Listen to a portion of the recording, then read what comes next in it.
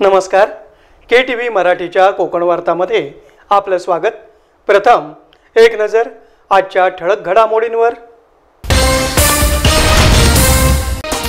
ग्रामीण भागातील नागरिकांच्या तक्रारी तातडीने सोडवण्यासाठी रत्नागिरी जिल्हा परिषदेमध्ये लवकरच समाधान व निपटारा कक्ष सुरू करणार। मुख्य कार्यकारी अधिकारी डॉक्टर इंदुराणी जाखड यांचं प्रतिपादन। नाणार रिफायनरी प्रकल्पासाठी खरेदी झालेल्या जमीन खरेदी विक्री प्रकरणांची तातडीने चौकशी करण्याचे विधानसभा अध्यक्षांनी दिले आदेश। दलालांचं धाबट दणाणलं। आणि माझं कुटुंब माझी जबाबदारी या आरोग्य तपासणी मोहिमेला नागरिकांचा मिळत आहे उत्स्फूर्त प्रतिसाद। कोरोनाबाबत सतर्क राहण्याचं डॉक्टर इंदुराणी जाखड यांनी केलं आवाहन। यानंतरच्या बातम्या अल्पशा विश्रांतीनंतर। समुंदर की गोद में पला है तू, अंगड़ाई लेते ही लहरें शुरू। आज यौवन की मस्ती छोड़, ले चलता हूं तुझे एक नए मोड़। आजा तुझे माँ पुकारे अब, छेड़ देते हैं बीच से कुछ शरारत हंसी। गले लगा ले उसे ए फकीर, इंतजार कर रहा है तेरा तो। चल दे देते हैं उसे फसल की खूबसूरती तो। आजा तुझे माँ पुकारे अब, मीलों आगे चलना है हमें। सिर्फ फसल नहीं, तेरे स्पर्श की चाह में बैठे हैं शहरों में भी कहीं। उनके मुख पे भी लानी है मुस्कान, उन्हें भी देनी है एक नई पहचान। आजा तुझे माँ पुकारे अब। फिनोलेक्स पाइप्स पहुंचाए पानी को अपनी माँ के पास। हाजी मोहम्मद साहेब ठाकूर ITI करंजारी पालीपासून जवळच रत्नागिरी कोल्हापूर हायवे लगत असलेल्या शासन मान्य Thakur ITI quality council of India मानांकित आणि डायरेक्टरेट जनरल ऑफ ट्रेनिंगची मान्यता प्राप्त ITI। 1 आणि 2 वर्ष कालावधीच्या ट्रेडसाठी प्रवेश सुरू। Civil draftsman, mechanical draftsman, electrician, mechanic, refrigeration आणि air conditioner, fitter, mechanic diesel trades उपलब्ध। आमची वैशिष्ट्य अनुभवी शिक्षक वर्ग, विद्यार्थ्यांकडे वैयक्तिक लक्ष, वायफाय कॅम्पस, सुसज्ज लायब्ररी, हॉस्टेलची सुविधा, प्रॅक्टिकलसाठी अद्ययावत वर्कशॉप्स, कॉम्प्युटर लॅब, नोकरीसाठी सक्षम मार्गदर्शन तसंच रत्नागिरीपासून कॉलेजपर्यंत जाण्यासाठी बस सेवा। शासनाने निश्चित केलेली माफक प्रवेश फी।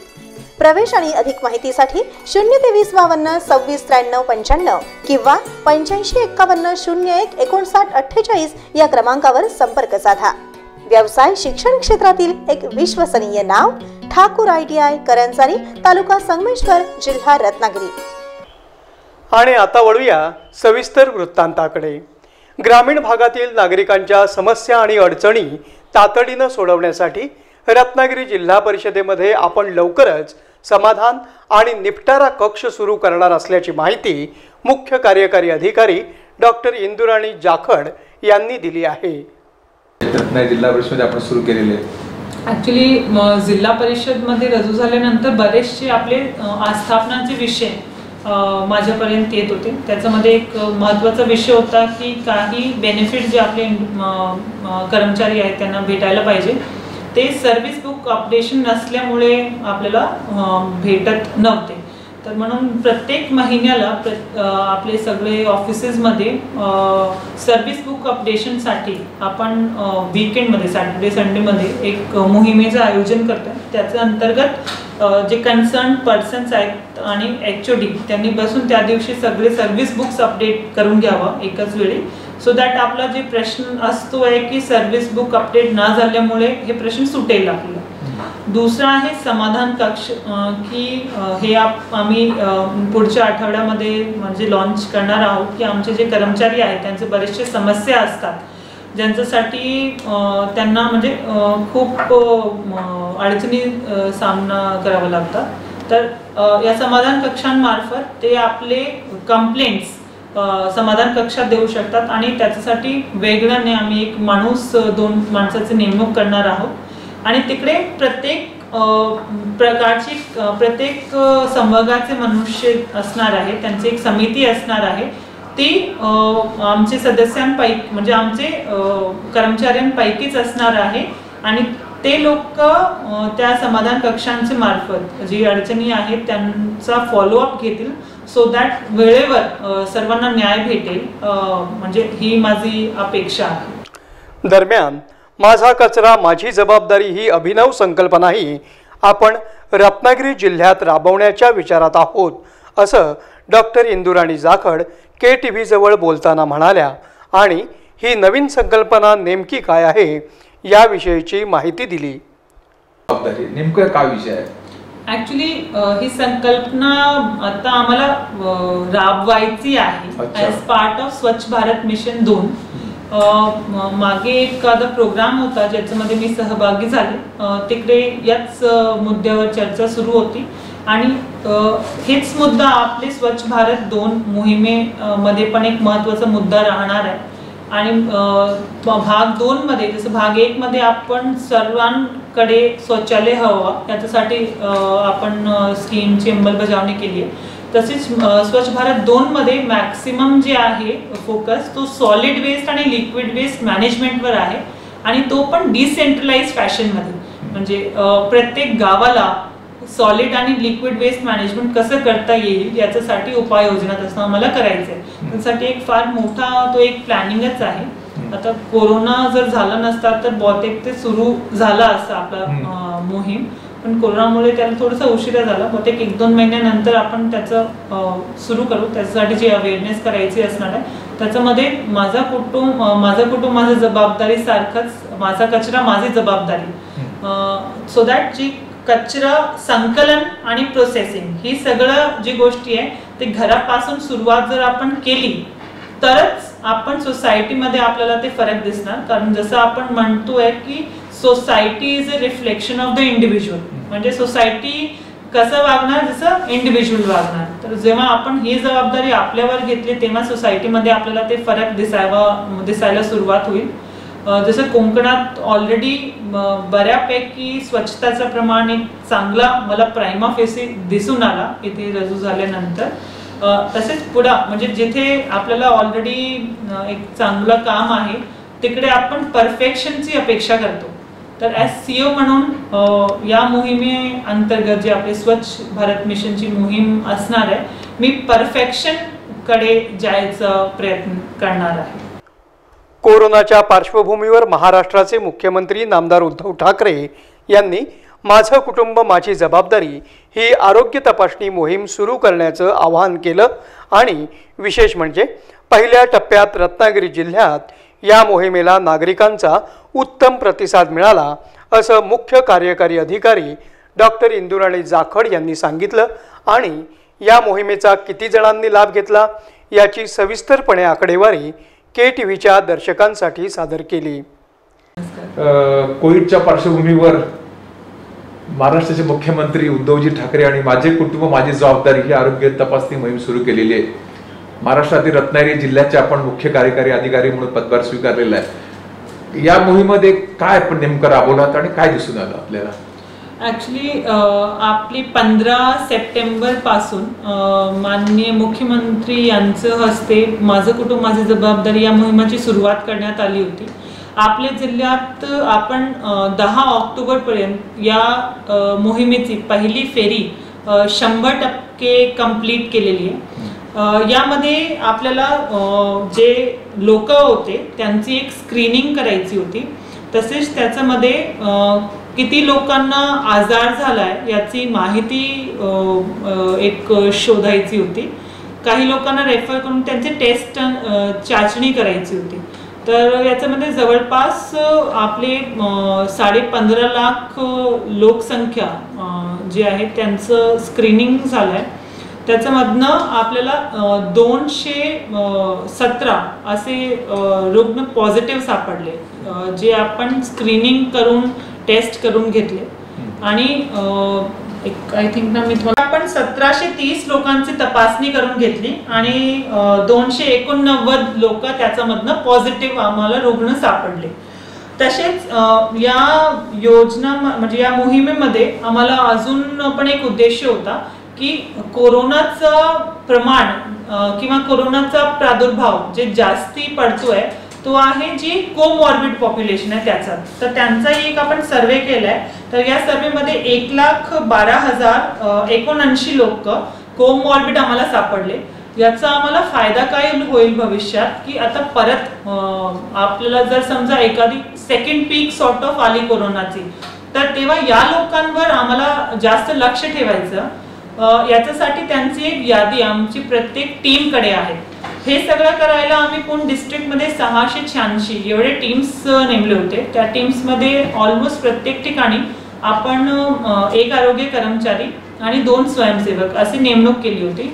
काही ठिकाणी भौगोलिक दृष्टी पाहताना आपण 2 आरोग्य कर्मचारी पण दिले होते आणि आपले जे रेग्युलर कर्मचारी ते त्यांना सहयोग करत होते.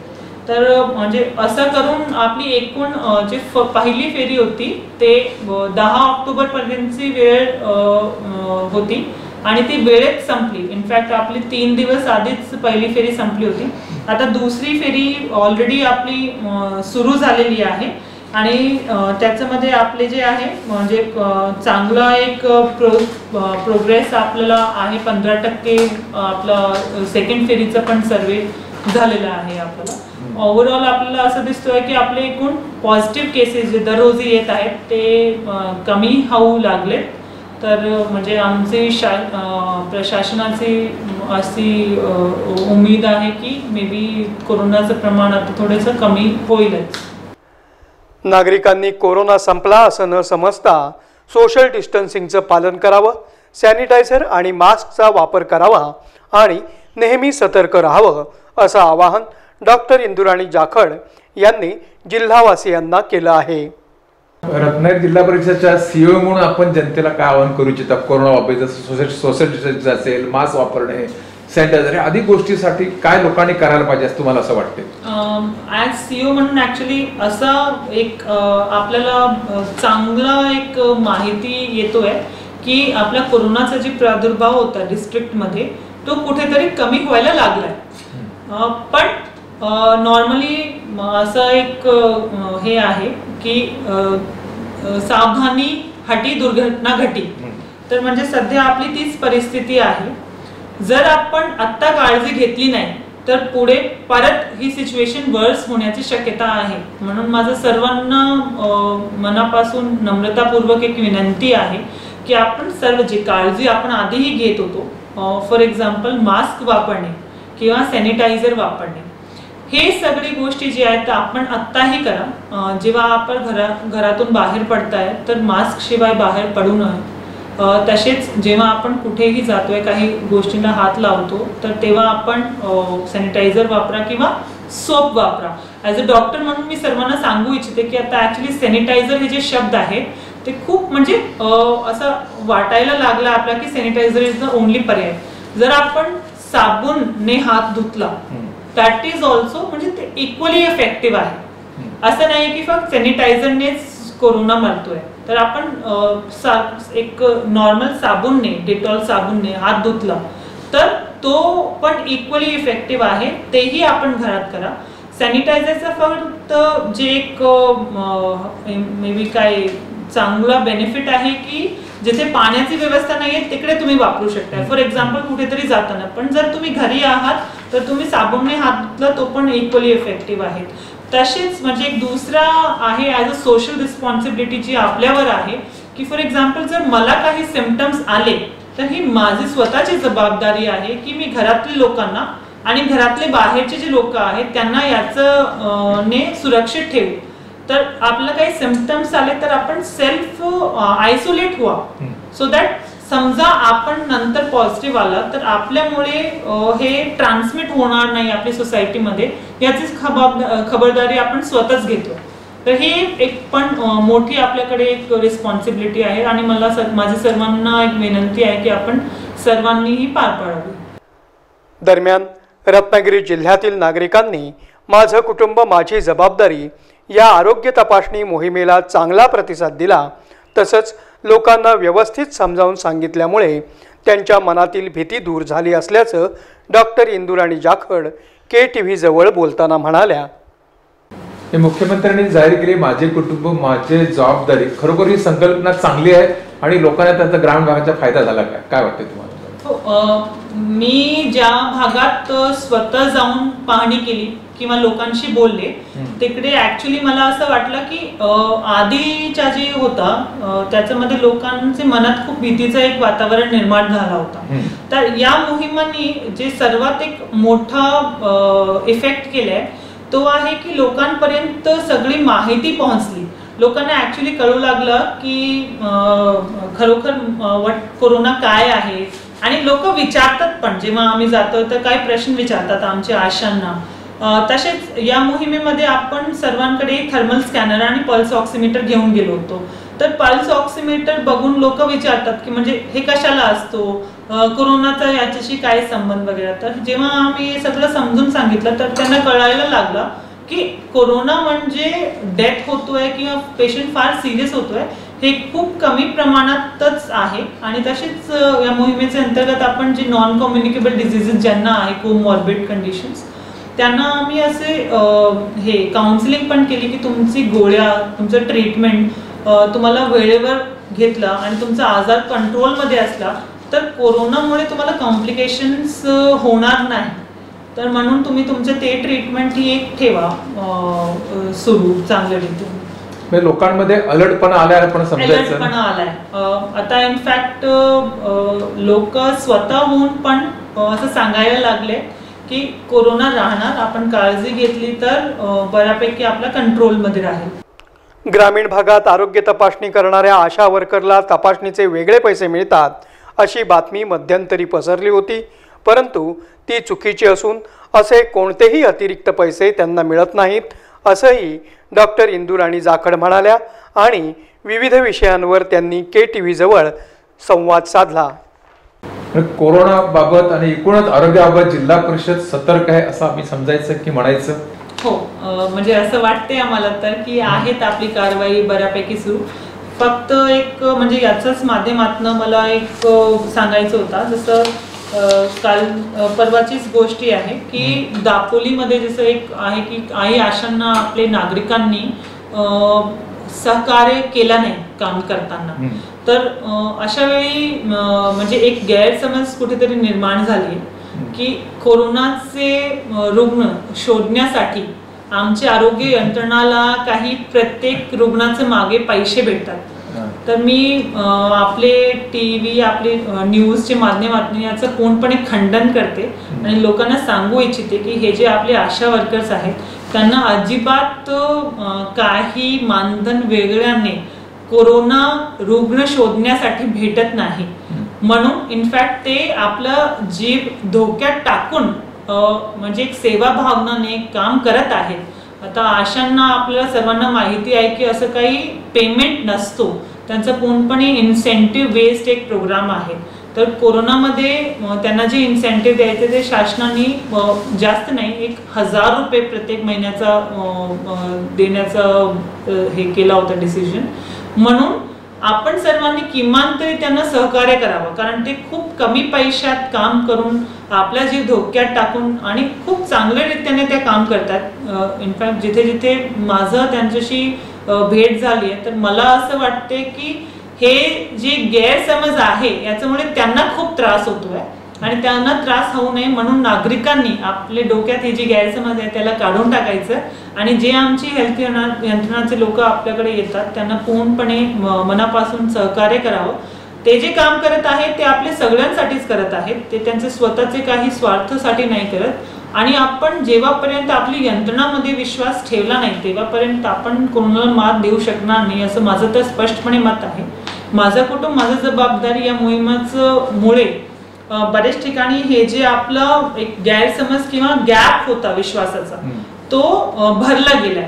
आणि अजून जसं एखाद्या ठिकाणी जिथे गैरसमज आहेत तर नागरिकांनी कृपया करून आपल्या मनातून ते काढून जे आमचे आरोग्य यंत्रणा आहेत त्यांना सहकार्य करावे ही माझी नम्र विनंती आहे सर्व.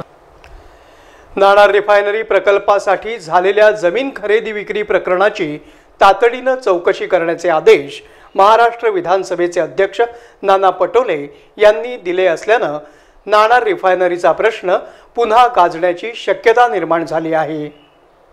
प्रकल्पाचं आता करायचं काय? खाली डोकं वर पाय रद्द करा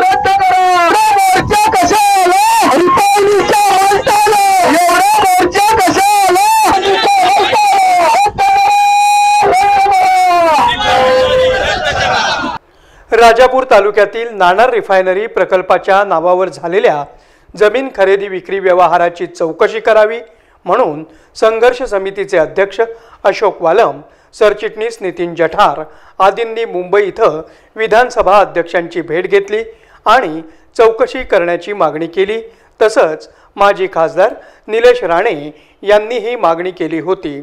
त्यानुसार आता या सर्व व्यवहाराची चौकशी होणार असल्यानं अनेक धक्कादायक नावे पुढे येण्याची शक्यता वर्तवली जात आहे।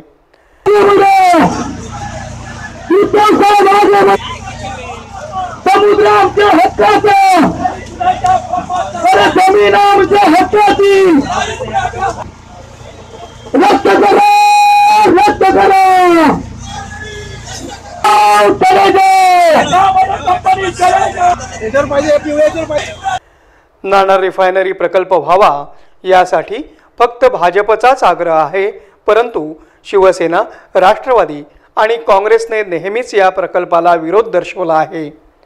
15 दिवसापूर्वी माजी खासदार निलेश राणे यांनी नाणार रिफायनरी प्रकल्पाकरता लागणाऱ्या जमिनी खरेदी विक्री व्यवहारात मुख्यमंत्र्यांचे नातेवाईकच सहभागी आहेत असा आरोप केला होता आणि त्याला खासदार विनायक राऊत यांनीही तातडीनं उत्तर देत निलेश राणेंवर पलटवार केला होता।